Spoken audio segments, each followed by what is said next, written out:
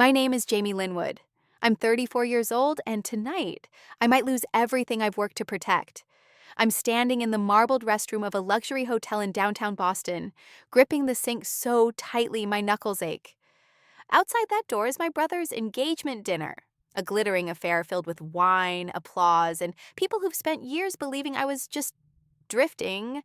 But what they don't know is that the woman he's marrying works for a company trying to buy mine. And if she connects the dots tonight, the lie I've lived for 7 years, that quiet, safe invisibility, will unravel right in front of the entire Linwood dynasty. My heart hammers. I take one last breath. Then I walk out. Hope you enjoyed this story. Leave a like and share your thoughts in the comments. We'd love to hear where you're watching from. Now, let's continue with the story. The private dining room smells like roasted duck and money. Long, curved windows look out over the glistening harbor, boats rocking gently against the current. The clink of champagne flutes blends with quiet laughter, polished silverware, and the occasional hum of string music from the adjacent ballroom. My family is exactly as I left them, immaculate, confident, and terrifyingly composed.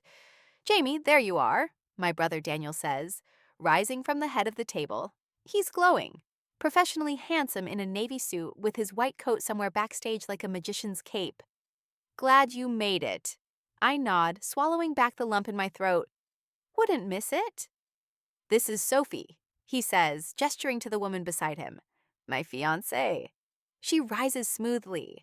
Her smile is warm but calculated, like someone who's mastered the art of appearing approachable while staying completely unreadable.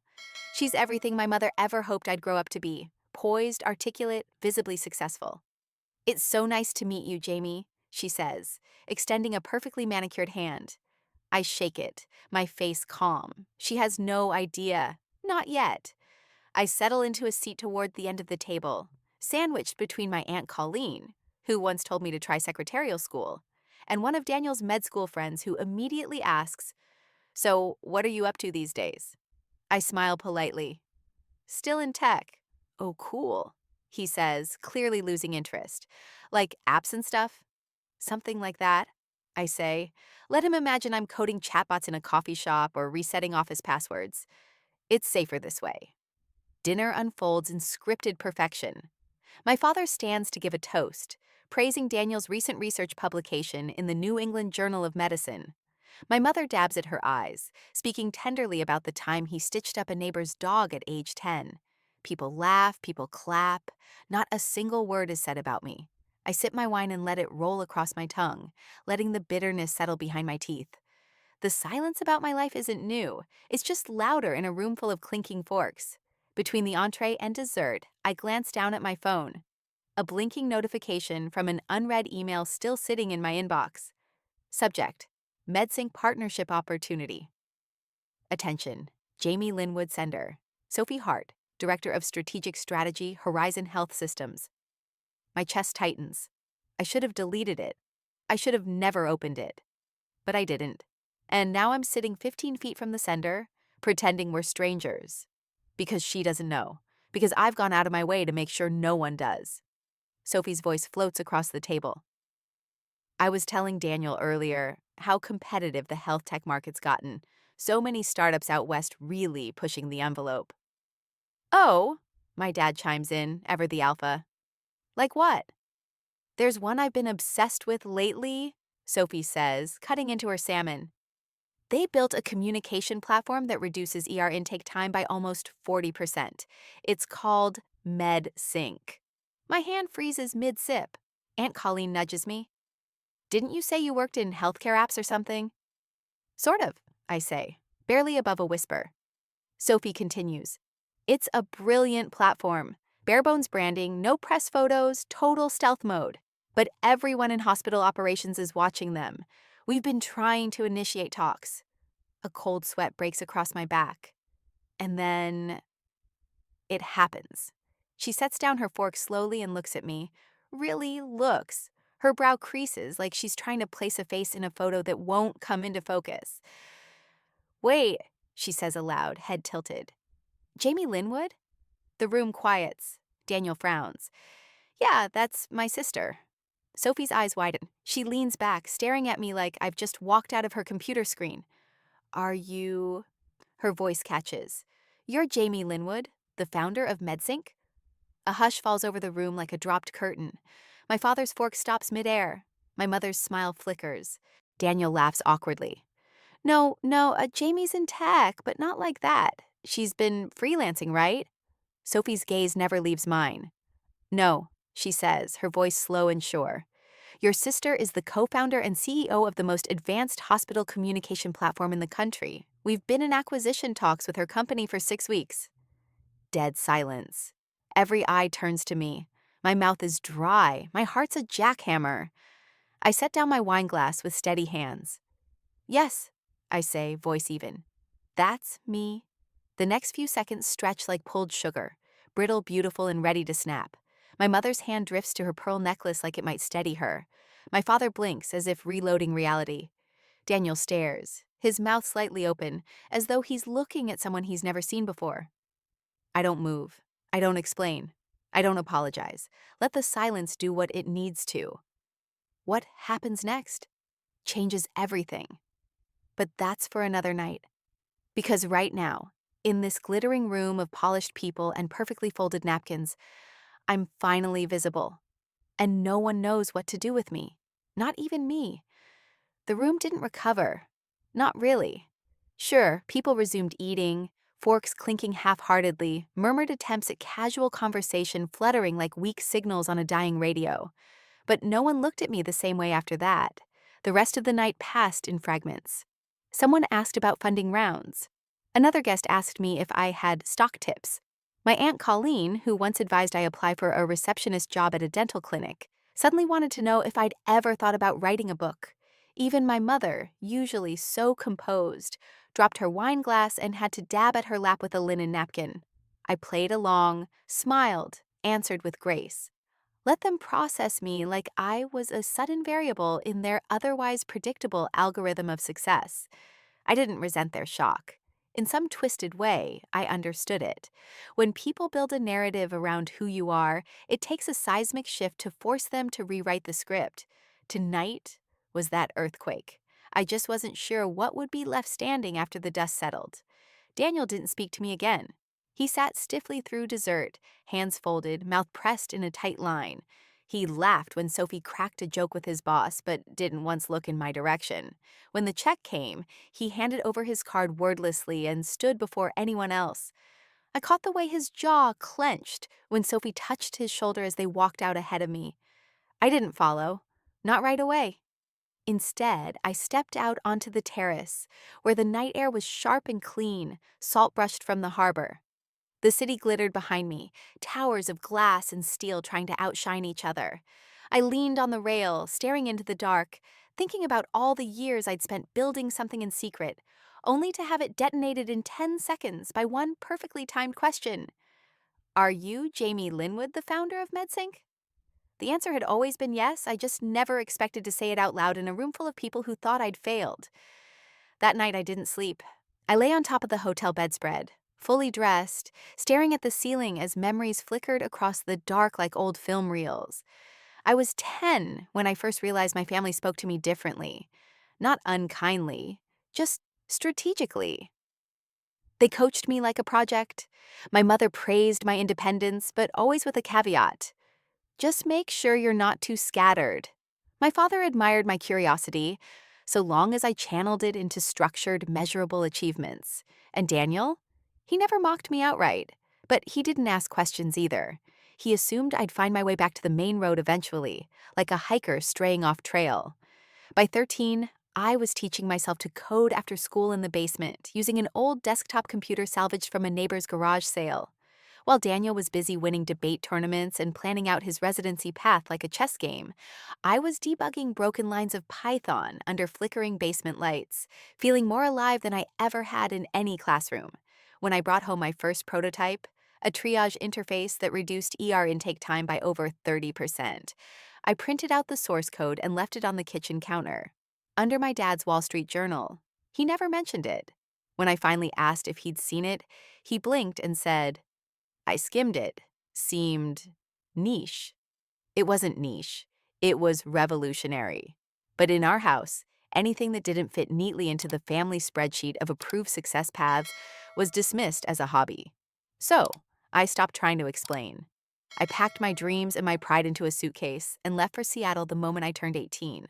A no-name but elite tech institute had offered me a scholarship, and I took it without hesitation. My mother was horrified. My father said, "At least it's on the West Coast, fewer distractions." They threw a send-off dinner for Daniel when he started med school. For me, a quick airport drop-off and a reminder to stay grounded. I didn't cry. Not when the plane took off. Not even when I landed in the pouring rain with 2 suitcases and no one waiting for me. But I remember making myself a promise that night. I would build something so solid, so brilliant, that even silence couldn't ignore it. Seattle was everything Boston wasn't. The air smelled like trees and potential. People wore raincoats instead of press suits. Conversations were about ideas, not achievements. I felt invisible there. And for the first time, that felt like freedom. I met Lena Torres sophomore year. She was the kind of person who made you feel like you needed to keep up just to stay alive. She questioned everything: professors, systems, deadlines.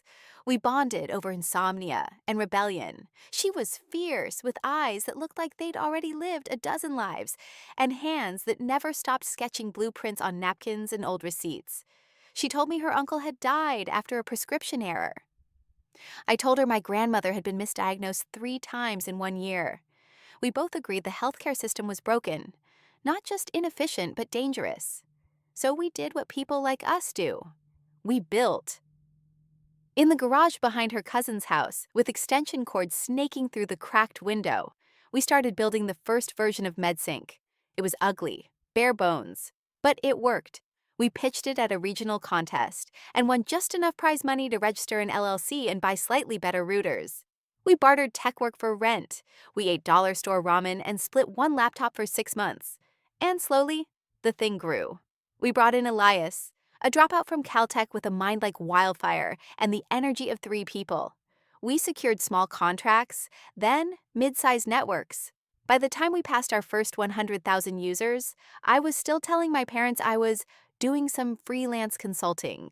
It wasn't about spite, it was about self-preservation.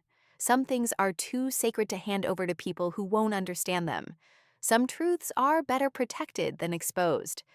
My phone buzzed at 3:12 a.m. Text from Mom, subject brunch tomorrow, 11 a.m. at the Fairmont, please come. 3 minutes later, text from Dad, proud of you, let's catch up. No text from Daniel.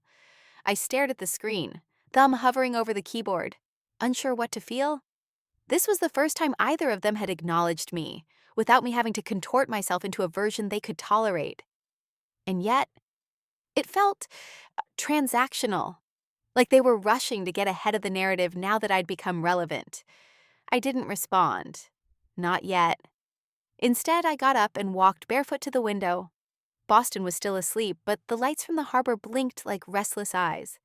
Outside, the city I once fled waited quietly. So did the next chapter of my life. And tomorrow, for the first time, I'd walk back into my parents' world not as a daughter desperate to prove herself, but as a woman who no longer needed to. Whatever brunch held, I was ready. Because the truth was, they hadn't really seen me in years.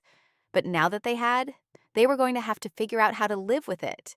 Seattle rain always sounded like static, soft, persistent, always there in the background, like something you'd only notice if it stopped. After brunch with my parents, I flew straight back home, let myself into my apartment, dropped my bag at the door, and stood there for a while, just listening to it. The kind of silence you get after emotional combat. It wasn't a victorious silence. It was the kind that reminded you you'd survived. I toed off my boots, turned on the heat, and walked into the kitchen, where my roommate Lena had left a Post-it note stuck to a half-eaten container of Thai curry. Still tastes decent. Microwave 90 seconds and seriously call your brother. I didn't. Not yet. I needed to breathe first. My apartment wasn't big, but it had a view of Queen Anne Hill and a stubborn warmth to it. Like the walls had seen worse and decided to stay anyway. The furniture didn't match, the rugs were hand-me-downs, but the whiteboard next to the window still had our first sketch of MedSync, scribbled out in green marker, faded at the edges. Lena and I had drawn it at 2 a.m. 4 years ago, eating Skittles and arguing about whether nurses or intake clerks should control dashboard permissions. That argument lasted 2 days. We still have it every 6 months. The company had grown beyond that marker now. We had a team of 30, 2 floors in a tech incubator building in South Lake Union, contracts with 300 hospitals across 12 states, a valuation north of $200 million and growing faster than we could staff. But we still came back here, to our crash pad, when we needed to remember how it started. I sat on the floor and ate the cold curry straight from the container, my back against the fridge. The taste was familiar, grounding.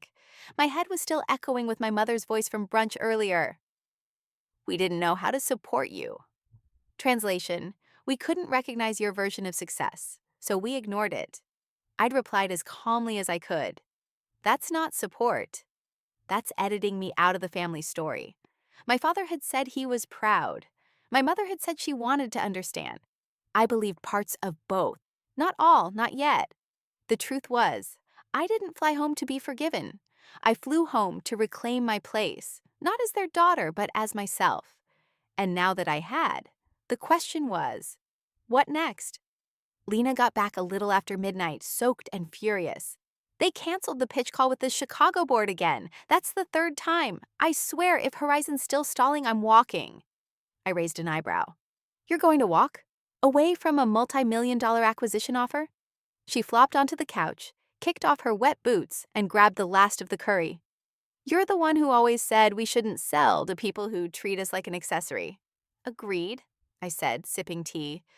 But Sophie Hart is different. She didn't know I was me when she started the talks. It wasn't about flattery. It was about alignment. Lena looked at me for a long second. You like her? I blinked. I respect her. That's not what I said. I ignored the smirk in her voice. Lena was chaos and clarity all at once, the kind of person who'd challenge a CEO to an arm wrestling match and win, then ask for equity as a joke and somehow get it. She had been my tether when the world ignored me. She'd also been the only person to tell me, without apology, that I had work to do on myself, especially when it came to my family. Have you talked to Daniel? She asked after a beat. No, I admitted. He hasn't reached out either. Lena leaned her head back against the couch and stared at the ceiling like it had answers. Do you want him to? I didn't reply right away. Instead, I thought about the way his face looked when Sophie said my name. Not angry, not even defensive, just stunned, like the ground had shifted and he wasn't sure where to put his feet anymore. I want him to see me, I finally said. Not as a mistake he tolerated, not as some vague embarrassment. I want him to see what I built and understand it mattered even if it wasn't medicine. Lena nodded. Then maybe you should go first. The words hung there between us, heavy, unwelcome, but not untrue. The next morning I walked into the office and found Elias, our CTO, asleep under his desk again. I nudged his foot gently with mine. Hey, genius, you're scaring the interns. He groaned. Was debugging that new API until 3. Why do these people code like they hate logic? Because they probably do. He sat up, rubbed his eyes, and then looked at me. You good? Or still riding the emotional roller coaster of sudden family fame? I gave him a tired smile. A little of both. The office was quiet, too quiet. Our team was spread thin across projects, and half our engineers were remote now, which meant days like this felt like ghost towns with expensive monitors. Still, the place carried the pulse of the company. Notes scribbled on glass walls, cables snaking between desks, and on the main boardroom screen, a pause slide deck, MedSync, strategic alignment proposal, Horizon Health Systems. Meetings still on? I asked. Elias shrugged. Last I heard, Sophie wants to reschedule for Friday. Apparently, she's still processing. So am I. I stepped into the boardroom, shut the door, and sat down in the corner chair, the one I use during every major pitch since we started. I pulled out my laptop and stared at the deck, slide after slide, metrics, case studies, projected scale, error reductions, UI mockups. All of it real, all of it mine. And now Sophie Hart, the woman who unknowingly outed me at a family dinner, was trying to buy it.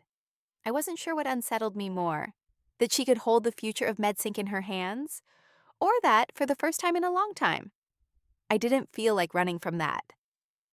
A few minutes later, my phone buzzed. New message, Daniel Linwood. Can we talk? Tonight? I stared at the screen for a long time. Then I typed back, your place or mine. Daniel lived in a condo in Back Bay, a short walk from the Charles River.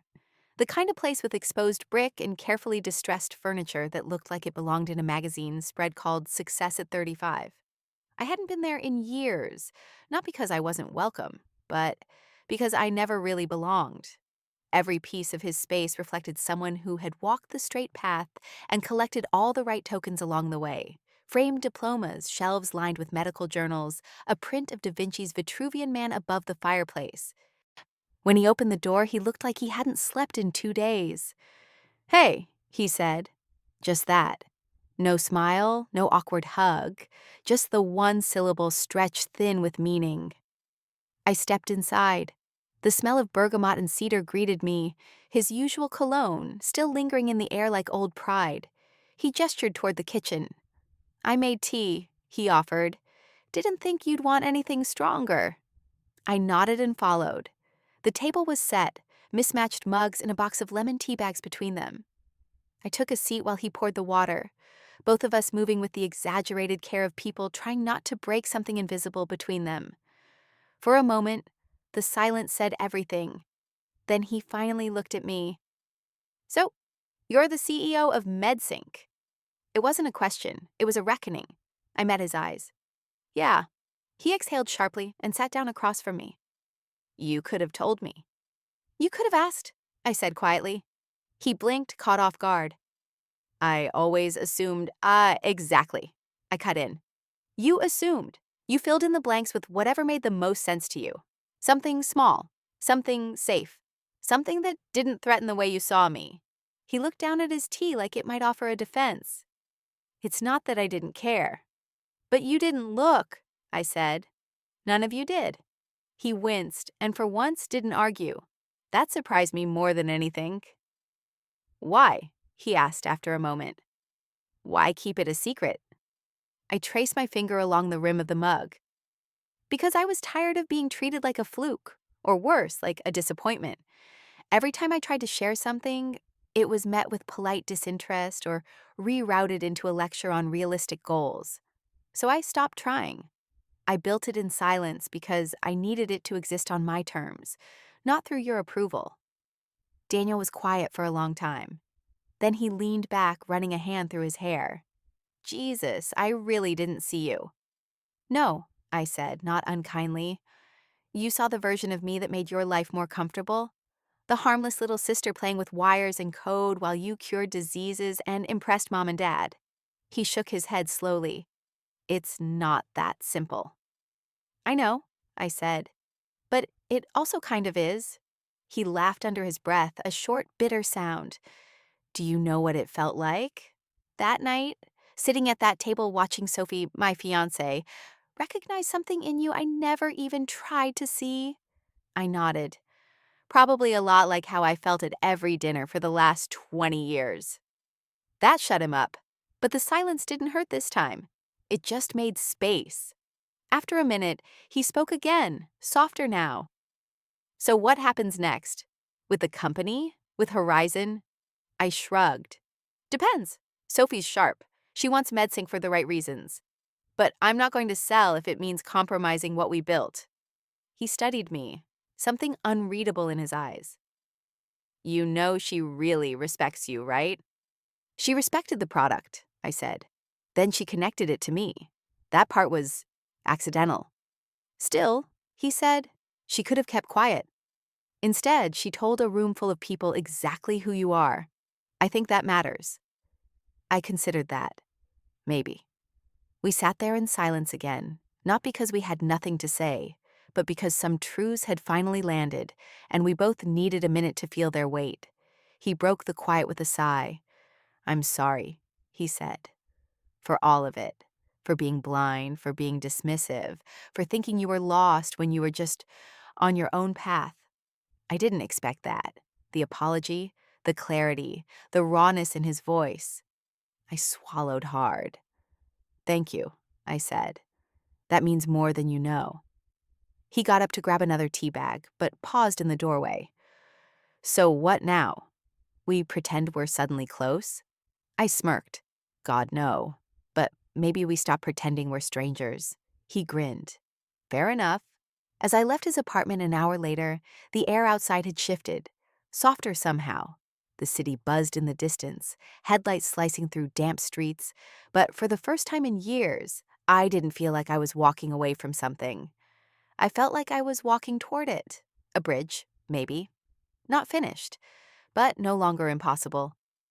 The boardroom was quiet except for the soft hum of the ventilation system and the faint tapping of my fingers against the polished table. It was Friday morning, and Sophie was late. 15 minutes to be exact, which wasn't like her.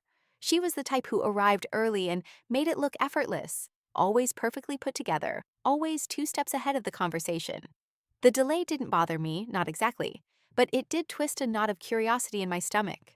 Lena sat across from me, flipping through the slide deck for the third time. "This is either going to be very good," she murmured without looking up, "or very complicated." Elias leaned back in his chair beside her, spinning a pen through his fingers. "It's already complicated. We're trying to merge with a company that just found out their director is engaged to our CEO's brother." "Ex-fiancé, technically," I corrected. Both of them looked up. Lena narrowed her eyes. "Wait, what?" I sighed. "They broke it off. 2 nights ago, Daniel called to tell me, said it was mutual." I didn't elaborate. I didn't say that Sophie had called me, too. That she had apologized again. Said she never meant to put me in a position that felt performative. That outing me like that at dinner was never her intention. And then, almost as an afterthought, she'd added, "Daniel's great, but I think I was trying to become part of a family I didn't really understand. And you reminded me I don't have to force myself to fit." That had stayed with me. Not just the words, but the way she said them. Like she'd been holding that truth for a long time and only just realized it was hers. Now the glass doors slid open with a gentle click, and Sophie walked in. She was dressed in soft gray, tailored, sleek, but not sharp. Her hair pulled back, face bare of the usual careful makeup. She looked less like a strategist and more like a person, someone who'd stripped away the branding for once. "Sorry I'm late," she said, setting her laptop down. "Traffic was—" She paused, then smiled wryly. "Actually, I took the long way here. I needed to think." We all nodded politely, the way professionals do when they sense vulnerability, but don't want to step on it. Sophie looked at me. "Can we talk alone for a few minutes before we start?" I glanced at Lena and Elias. They exchanged a look, then stood. "We'll give you the room," Lena said, gathering her things. When the door clicked shut behind them, Sophie took the chair next to me instead of across. That was new. "I ended things with Daniel," she said plainly. I nodded. "I heard." "It wasn't because of you," she added quickly, "or the company. It was overdue." I waited, let her speak on her own terms. "I realized something that night at dinner," she continued. "Your presence disrupted everything, not in a bad way. Just suddenly I could see how small that world was. The curated lives, the expectations, the praise you have to earn by fitting into the mold. I kept thinking about how you sat there, calm, steady, while everyone else spiraled. That kind of stillness? It comes from knowing who you are. I envy that." I didn't know what to say, so I stayed quiet. Sophie leaned forward, fingers steepled. "I want to move forward with the deal, but not as Horizon's agenda. I want it to be a partnership, equal terms. MedSync keeps its leadership, its culture, its mission." I blinked. "You'd go to bat for that?" She smiled. "Already have." A beat passed. Something settled between us. Not just truce, but trust. "And what about you?" I asked. "What happens now that you're no longer trying to fit into the Linwood family tree?" She laughed softly. I take a breath, maybe for the first time in 5 years. The rest of the team came back in shortly after, and the meeting began in earnest. We reviewed the updated terms Sophie had advocated for: revenue projections, integration timelines, legal structures. Every word felt clearer now, more rooted in reality than in pretense. When the call ended and Sophie left, Lena turned to me, arms crossed. So, do we trust her? I thought for a moment. I do. Elias raised a brow. Even after all the drama? Especially after, I said, because she saw all of it, the chaos, the truth, and still showed up. Later that evening, I stood alone in the office, lights dimmed, the city glowing through the floor-to-ceiling windows. I walked over to the whiteboard that still held remnants of our first product flow. It was messy, uneven, full of smudged arrows and coffee stains. But it was honest. It was ours. I picked up a marker and wrote, just beneath the original sketch, build on your own terms, or you'll spend your life fixing someone else's map. Then I put the cap back on, turned off the lights, and left, ready for the next chapter. Brunch at the Fairmont was nothing like I expected. I arrived early, a rare thing for me, not because I wanted extra time with my parents, but because I needed a moment to gather myself. The dining room was pristine, white tablecloths, gold-rimmed china, polished silver glinting in the soft morning light. It was the kind of place where people spoke in hushed tones and servers moved like ghosts. They were already seated when I arrived. My father stood halfway from his chair as I approached, giving me an awkward side hug that barely touched. "You look well," he said. My mother didn't get up. She just smiled tightly and gestured for me to sit. "We've already ordered coffee." I took my seat and glanced at the menu, even though I wasn't hungry. The room smelled like lavender and butter. I could feel the weight of both their eyes on me. "We've been reading up on MedSync," my mother said right away. No easing in. "It's impressive. The scale, the impact. You've really done something remarkable." There was a stiffness in her tone, a formality that made the words feel like a performance. "I appreciate that," I said, folding the napkin onto my lap. My father leaned forward. "When did it start?" "The company, I mean. We knew you were working on something, but you assumed it was a phase," I finished. I didn't mean to sound sharp, but the words landed harder than I intended. My mother flinched, then composed herself. "Jamie, we didn't mean to minimize your work. It's just you didn't tell us." "I did," I said softly. "You just didn't listen." That silenced them for a moment. I stared at the coffee cup in front of me. The last time I tried to explain what I was building, Dad changed the subject to Daniel's new fellowship. And you, I looked at my mother. You asked if I'd thought about going into regulatory law, just in case. She blinked, visibly thrown. "That's not how I meant it." "I know," I said, "but it's how it felt." My father cleared his throat. "You have to understand. From our generation, stability meant everything. Law, medicine, finance. Those were safe paths. You chose something undefined." I met his gaze. "It wasn't undefined to me. It was necessary." He nodded slowly. "That's clear now." The server came to take our orders. We gave them absently, more out of politeness than appetite. When he left, the silence returned, but this time it wasn't hostile, just unfamiliar. My mother reached into her handbag and pulled out a folded printout. "I read this article in Fast Company about MedSync. They quoted you. Said your interface reduced intake times by 38%. I nodded, surprised. "We're up to 42% now." She looked impressed, but she also looked lost, like she was struggling to reconcile the girl who skipped senior prom to attend a hackathon with the woman in that article. "I'm sorry we didn't see it," she said after a moment. "All of it. You." I exhaled slowly. "I'm not angry. Not anymore, but I had to build this without you because I couldn't afford to wait for your validation. I didn't need it to be real. But it would have meant something." My father's voice was quieter than I'd ever heard it. "We thought you were drifting." "I wasn't," I said. "I just wasn't yours to direct anymore." My mother swallowed hard, then reached across the table and covered my hand with hers. Her grip was soft but steady. "We love you, Jamie. We always have." "I know," I said. "But love without respect doesn't feel like love. It feels like surveillance." That landed somewhere deep. I saw it in the way their shoulders shifted. Not defeat, understanding. We talked more after that, about Lena, about the early days in the garage, about how we nearly lost the company twice. My father asked thoughtful questions about infrastructure and hospital integration. My mother admitted she still didn't fully understand startup culture but was trying. By the time the check came, something had settled. Not resolution, but a start. A fragile truce built on honesty instead of performance. As we stood to leave, my mother pulled me into a real hug, the kind that lingers. "Will you come to dinner next week?" she asked. I paused, then nodded. "Yeah, I think I will." Outside, the Boston air had warmed, spring creeping in quietly, softening the sharp edges of winter. I walked away from the Fairmont lighter, not because everything was healed, but because I'd finally stopped asking them to carry a version of me they didn't understand. Now, they could learn the truth.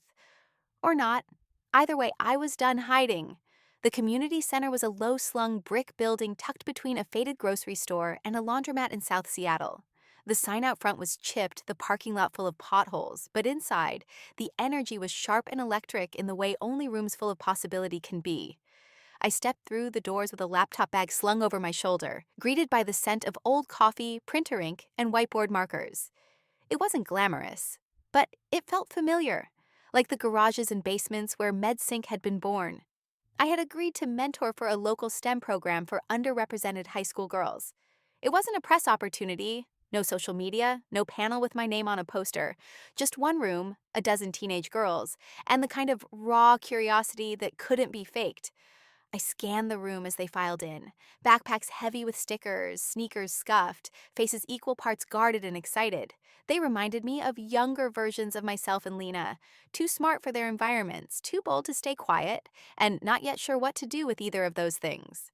The coordinator, Jasmine, handed me a roster and whispered, "Just introduce yourself. Keep it real. They'll tune you out if you sound like a college brochure."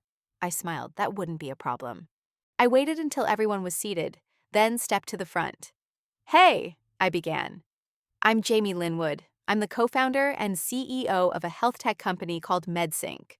But when I was your age, I was just a girl in a public school computer lab teaching myself HTML because no one else cared enough to show me." A few girls looked up at that. One leaned forward. That was all I needed. I told them about debugging code at 2 a.m. with vending machine snacks, about losing our first investor pitch because I refused to wear heels, about how my own family didn't understand what I was building until it made the cover of a magazine. I didn't glamorize it. I told the truth, the loneliness, the exhaustion, the stubbornness that sometimes felt like a curse until it finally, eventually, paid off. Afterward, they broke into smaller groups. My assigned group had 4 girls, one of whom, Kira, barely spoke at all. She sat with her hoodie up, arms crossed, tapping a pencil rhythmically against her binder. The others started on their group prototype, something about a student scheduling app. But Kira stayed quiet, eyes on the middle distance like she was somewhere far away. I sat beside her, not crowding, just present. "You okay?" I asked softly. She shrugged. "You know," I said after a moment, "when we built MedSync, we didn't have funding or degrees or even decent Wi-Fi. But we had a whiteboard, some stolen dry erase markers, and a reason." She didn't look at me, but the tapping slowed. "I'm not like them," she muttered. "They already know how to code. I don't even know where to start." I smiled gently. "Neither did I, but starting isn't about knowing. It's about being curious enough not to quit." She finally looked at me then, eyes narrowed. "But what if you're the only one who believes in it?" I leaned in. "Then, you're already halfway there. The rest is just doing it anyway." We spent the next hour sketching out a wireframe for an app she'd been too afraid to mention, one that helped kids in foster care track their case information and important deadlines. She'd aged out of the system a year ago. No one had followed up. She wanted to build something so others didn't fall through the same cracks.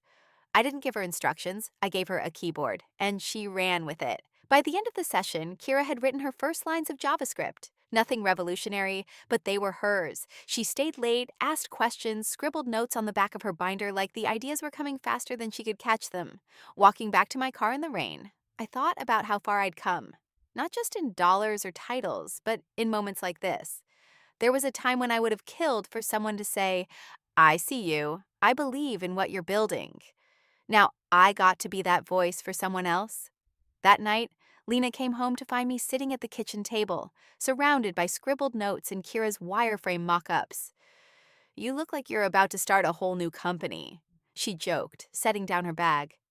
"Maybe," I said. "Or maybe I'm just remembering why we started this one." She poured herself a glass of wine and joined me. "How'd the session go?" I looked at her, eyes bright. "You ever watch someone figure out they're not broken, just misread?" Lena smiled. "Yeah, feels like magic." I nodded. "Exactly. Like the first time we realized we didn't need permission to matter." She raised her glass. "To Kira?" I raised mine. "To every girl who was told she was too much, and every woman who proved she wasn't." We clinked glasses, the rain tapping steady against the windows. And for the first time in a long while, I didn't feel like I was running from the past or proving something to the world. I was simply showing up, fully, and finally, letting that be enough. The deal was set to close in 2 weeks, but in the startup world, 2 weeks might as well be a century. Anything could happen. Investors could flinch, legal teams could stall, and sometimes people could change their minds. I stared at the final draft of the acquisition proposal on my screen, the cursor blinking next to my name where I needed to sign. It was real now. Not a pitch, not a maybe. MedSync was about to become part of Horizon's global tech portfolio, and I was about to step into a new role, head of innovation. It should have felt like a win, but it didn't. Not yet. Not because I didn't believe in the partnership. I did. Sophie had fought hard for the structure we asked for. Full autonomy, no leadership replacements, Lena's promotion to Chief Strategy Officer, and full protection for our development roadmap. It was everything a founder could want. Still, I hesitated. Lena walked into my office without knocking, balancing 2 iced coffees in one hand and a folder under her arm. "You're still staring at that doc like it insulted your ancestors." I smirked. "Just thinking." "Don't think too hard," she said, setting the coffee in front of me. "This is happening, whether you're emotionally ready or not." I leaned back in my chair. "Do you ever wonder if we're giving up something we'll never get back?" She tilted her head. "What, independence?" "Control, identity, that garage feeling." Lena nodded slowly, then took the chair across from me. "Jamie, that version of us, in the garage, duct taping routers together and eating expired ramen, was incredible. But we didn't build MedSync to stay in the garage. We built it to save lives. And now we can do that at scale." I sighed, staring at the screen again. "I know, I want it to stay ours." "It is ours," she said, voice firm. "It's not the office or the paperwork or even the name. It's us, you, me, the team, the vision. No contract changes that unless we let it." She was right. She was always right. I signed. The next week flew by. Press releases were drafted. Transition meetings were scheduled. Our staff gathered in the all-hands room the morning of the announcement, half excited, half nervous, waiting for me to say something reassuring. I stood in front of them. Not in a power suit or behind a podium, but in jeans and a t-shirt, hands tucked into my back pockets, speaking from the same place we always had. Honesty. "We started MedSync to fix a problem no one wanted to talk about," I began. "And we did it by building, not waiting for permission. Today, that work is being recognized, not just by investors or the market, but by a partner who sees what we see, that the healthcare system doesn't need more noise. It needs better tools, better communication, more humanity." I glanced at Lena, who nodded encouragingly.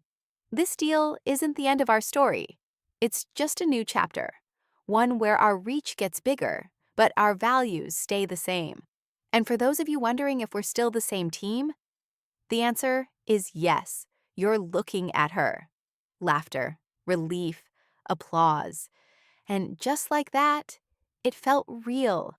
Later that afternoon, Daniel showed up at the office. He wasn't wearing his usual pressed slacks or white coat, just jeans, a hoodie, and a sheepish expression.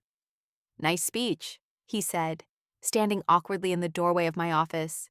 "You watched the live stream?" He nodded. "Our whole department did. One of the nurses cried." I smiled. "She probably read the funding clause about doubling our ER pilot program." He chuckled, but then his smile faded into something more serious. I wanted to stop by and say, I'm proud of you. I know I've said that already, but it's different now. It's not about your company or your title. I'm proud of who you are, the way you lead, the way you stayed true to it. It hit harder than I expected. Thanks, I said, voice thick. He stepped further in. Also, I brought cupcakes. I know Lena hates them, but you still like red velvet, right? I laughed. You remembered? Of course, he said. Just because I've been an idiot doesn't mean I forgot who my sister is. We sat on the couch by the window, sharing cupcakes and stories. For once, we didn't talk about our parents or Harvard or timelines. We talked about growing up, about the neighborhood cat that used to follow us to school, about how I always beat him at chess, even though I never really learned the rules, just found ways around them. I think that's when I should have known, he said, licking frosting from his thumb. You weren't failing. You were just playing a different game. 6 months later, the deal closed. Lena took a new title and an upgraded office with floor-to-ceiling windows overlooking Lake Union.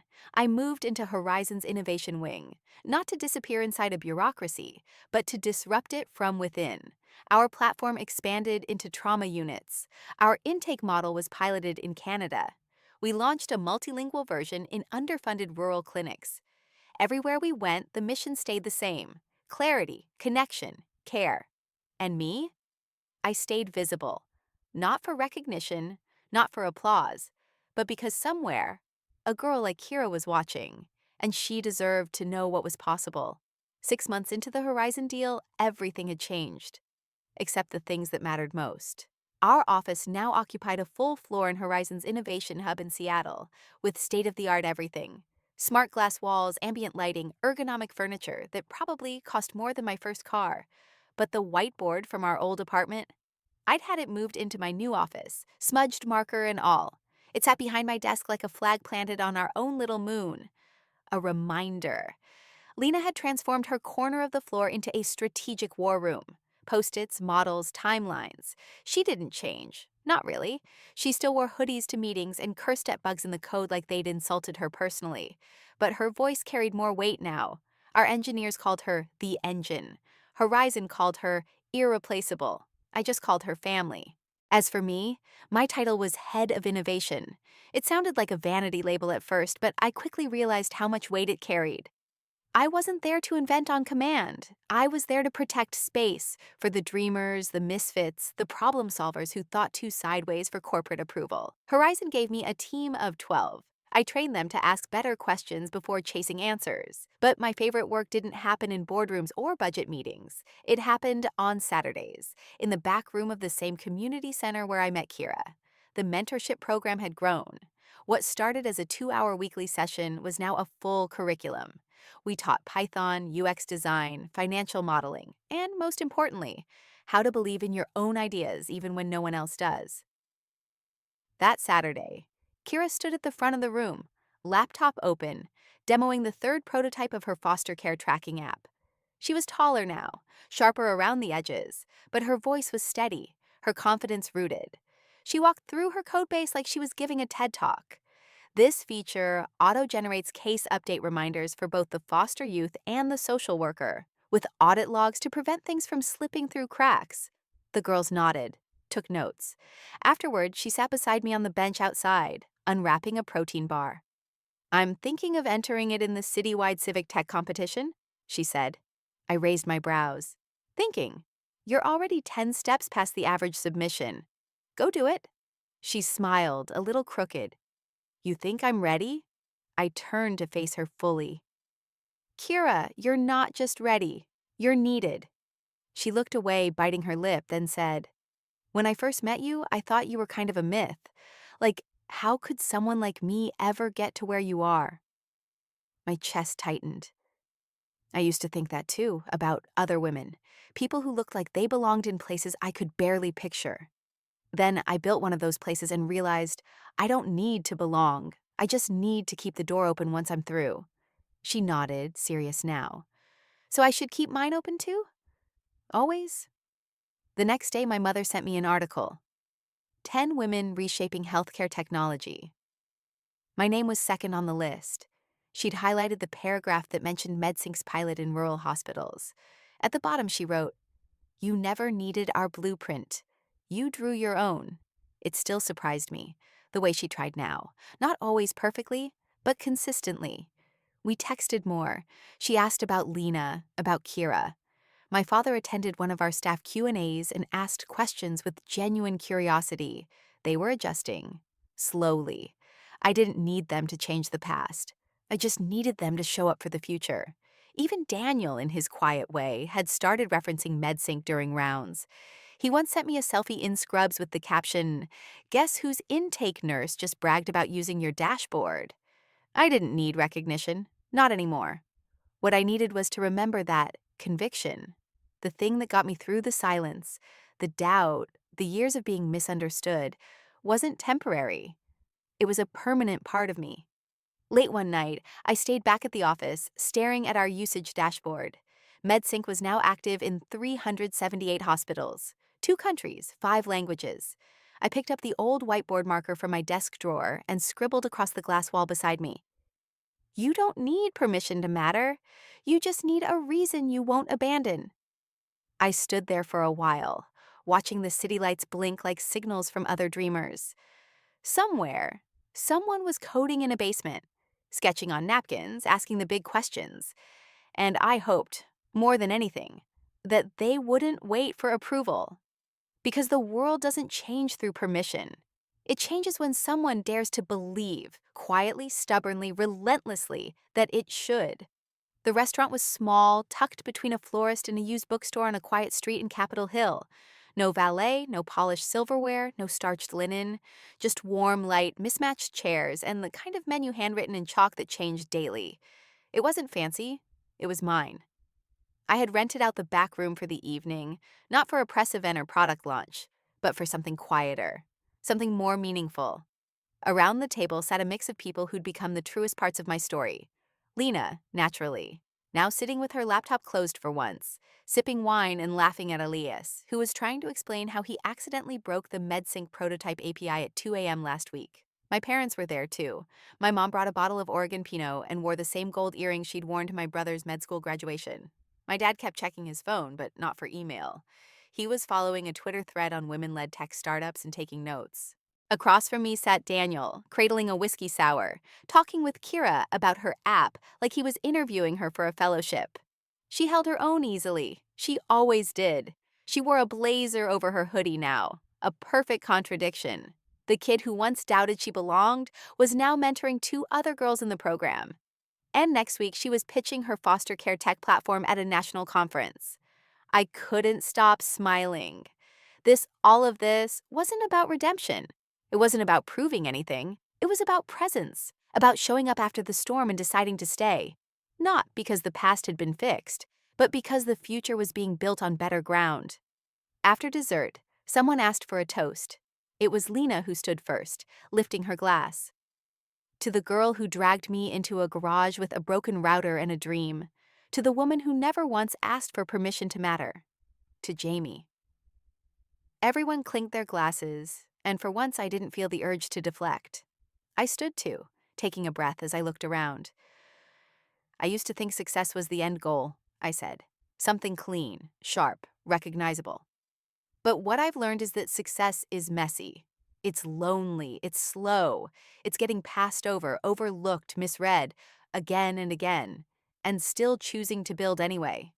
What you see around this table? That's success. That's what it looks like when you stop waiting for someone to choose you and choose yourself instead." The room went still in that soft way when people are really listening. I spent years thinking I had to be smaller to fit into the spaces I was allowed into. Then I realized I could build my own table and invite whoever I wanted. I paused, heart full, eyes bright. "So welcome," I said, "to my table." That night, we stayed until they turned off the music, until chairs were being stacked and the staff began sweeping around our feet. No one wanted to leave, because something had been claimed. Not power, not position, but space, real, grounded space. Not for performance, but for belonging. As I walked outside, the night air was cool and the street was quiet. I stood for a moment, watching the reflections of string lights dance on the sidewalk, the echoes of laughter still trailing from inside. This wasn't the story I thought I'd have. It was better. Because I didn't get here by following someone else's map. I got here by drawing my own, through silence, through resistance, through the quiet, stubborn belief that what I was building mattered, even when no one was watching. And now, they were watching. But more importantly, I wasn't hiding anymore. I reached into my bag, pulled out a pen, and scribbled a line on the back of an old receipt I found at the bottom. I didn't know why, only that the words felt true. Recognition fades, but conviction? That stays. Then I tucked the receipt in my pocket, exhaled into the stillness, and walked home. I hope you enjoyed this story. Subscribe to my channel so you don't miss touching stories. Leave a like and then comment below what you thought of the emotional stories. See you in the next video, Gate.